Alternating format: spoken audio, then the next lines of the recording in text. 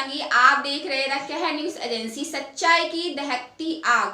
हमारे चैनल से जुड़े रहने के लिए हमारे चैनल को लाइक एंड सब्सक्राइब जरूर करें।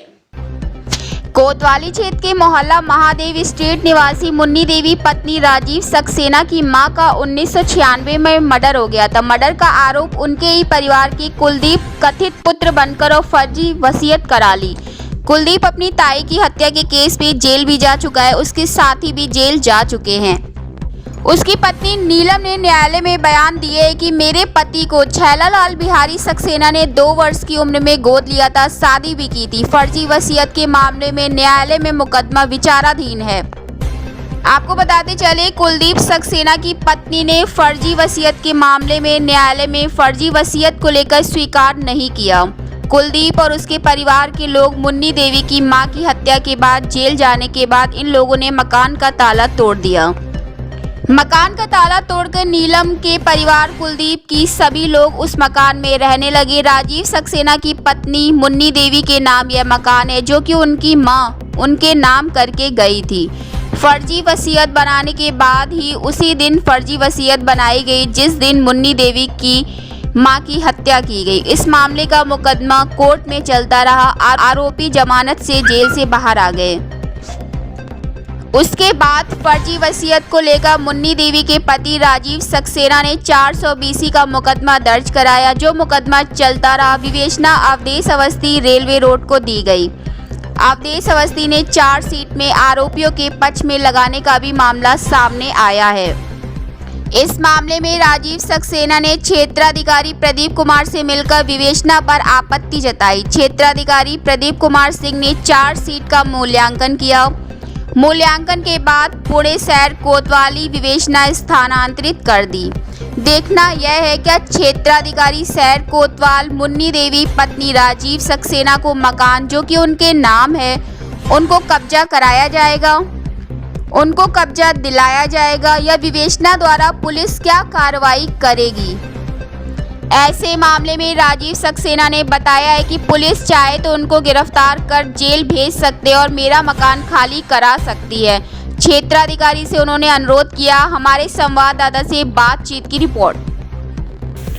आपकी सास की नेचुरल डेथ थी या मर्डर था? मर्डर हुआ था। तो उसमें आपने पुलिस में कार्रवाई की? पुलिस में रिपोर्ट लिखाई गई, मुलजिमों को गिरफ्तार किया गया, चार्जशीट लगी, ट्रायल चला और उसके बाद मुलजिम किसी प्रकार से कोर्ट को गुमराह करके छूट गए। उसके दौरान विवेचना हमारे मकान पर पुलिस की मदद से ताला डाला गया था और जिस ताले को उन लोग कुलदीप कुमार, उनकी मां बिट्टन देवी और उनके भाई प्रदीप मीनू आज ने साजिश करके तोड़ दिया।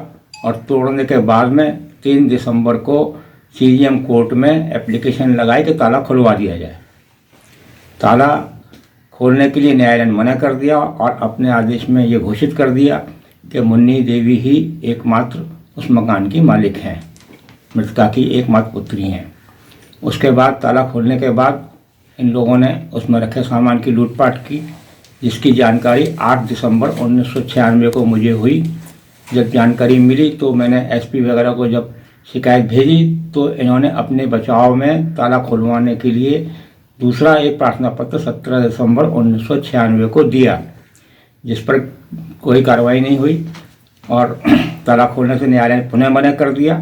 उसके बाद हमने 156(3) में मुकदमा फाइल कराया, क्योंकि मुकदमा पुलिस ने वैसे नहीं लिखा हमारे कहने पर।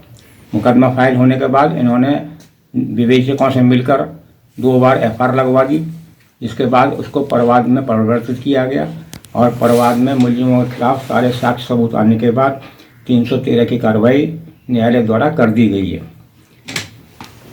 वहाँ पर सफाई के साक्ष्य में कुलदीप कुमार, चीकू की वाइफ नीलम सक्सेना ने बयान दिया कि उनके पति को 2 साल की उम्र में उनके ताऊ ने गोद लिया था, जबकि वो लोग मकान पर एक तरफ वसीयत के माध्यम से अपना अधिकार बता रहे हैं।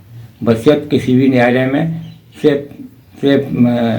वो अप्रूव नहीं हुई है। वसीयत फर्जी है, झूठी है और वसीयत की फर्जी होने के बाबत एक मुकदमा दर्ज कराने के लिए कोतवाली गए। कोतवाली में मुकदमा दर्ज नहीं किया गया एसपी साहब को शिकायत दी गई, उस पर भी दर्ज नहीं हुआ। तब 156(3) में मुकदमा कुलदीप कुमार और अन्य मुलजिमों के खिलाफ अंतर्गत धारा 420, 467, 468, 471 और 120(b) में पंजीकृत हुआ, जिस पर जांच के लिए आदेश हुए।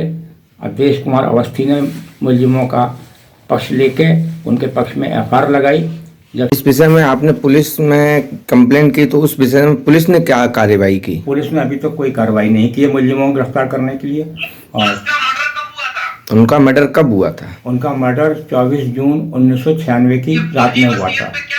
और इस फर्जी वसीयत पे किस तरह की कार्रवाई हुई है? इस फर्जी वसीयत पे कोई कार्रवाई नहीं हुई है। फर्जी वसीयत 21 साल के बाद न्यायालय में साक्ष्य के रूप में प्रस्तुत हुई है, जो कि अभी तक मुकदमा लंबित है। वो मुकदमा इंजंक्शन सूट है, मतलब मालिकियत का सूट नहीं है। और वसीयत अभी तक किसी भी न्यायालय से स्वीकृत नहीं की गई है, न किसी न्यायालय में। वहाँ पे केवल साक्ष्य के रूप में दी गई है, लेकिन उसके आधार पर कोई निर्णय अभी तक नहीं किया गया है। वो वसीयत फर्जी है। उसको ना तो, और वो वसीयत उसके जिसने लिखी और जिसके पक्ष में लिखी, दोनों की मृत्यु के बाद, यहाँ तक के लेखक की मृत्यु के बाद न्यायालय में प्रस्तुत की गई, ताकि उसका किसी तरीके से पुष्टिकरण ना हो पाए। और वो फर्जी वसीयत है, इसलिए वो न्यायालय के सामने प्रोवेट में लाई नहीं गई कभी भी किसी के द्वारा। हाँ, ये वसीयत 24 तारीख के दिन की बनाई हुई बताई गई है और 24 तारीख की रात में हत्या कर दी गई। हत्या करने के बाद में सबको तुरंत गायब कर दिया गया। डॉक्टर की मदद से फर्जी सर्टिफिकेट बना लिया गया हृदय का। कोई पोस्टमार्टम नहीं हुआ, कोई पंचनामा नहीं हुआ, उसमें पुलिस ने कोई कार्रवाई नहीं की। डॉक्टर का दायित्व था कि वो पुलिस को बुला के डेड बॉडी हैंड ओवर करता, लेकिन डॉक्टर ने डेड बॉडी गायब करने का मौका दिया और उनको फर्जी सर्टिफिकेट दिया कि वो हृदय गति से ख़त्म हो गई। डॉक्टर गर्ग जो हैं पक्के पुल पे, उन्होंने इसमें सहयोग किया अभियुक्तों का। उनको में क्या उसने फर्जी वसीयत को लेकर क्या उसने असली वसीयत बताई है? क्या बताया उस वसीयत के विषय में, क्या कहा है? उसने वसीयत के विषय में कोई बयान नहीं दिया। उसने वसीयत की बात को छुपा लिया न्यायालय से और अपने आप को कहा कि मुझे गोद लिया गया है। उसके बारे में कोई गोदनामा भी नहीं दाखिल किया। अब आप ये चाहते हैं कि हमारे नगर क्षेत्र अधिकारी सारी फर्जी व्यवस्था 420 में और जो भी न्यायालय में उसने बयान नहीं दिए उसको लेकर आप ये चाहते हैं कि तत्काल उसकी गिरफ्तारी की जाए और आपको अपना मकान दिलाया जाए? जी हाँ, ये कहना है ना? जी हाँ, जी हाँ, यही कहना है मेरा कि क्षेत्र अधिकारी जो है उसको जो है तत्काल गिरफ्तार करें। 420 और फर्जी मुकदमे में गिरफ्तार करें उसको तत्काल और उसके खिलाफ दंडात्मक कार्रवाई करें।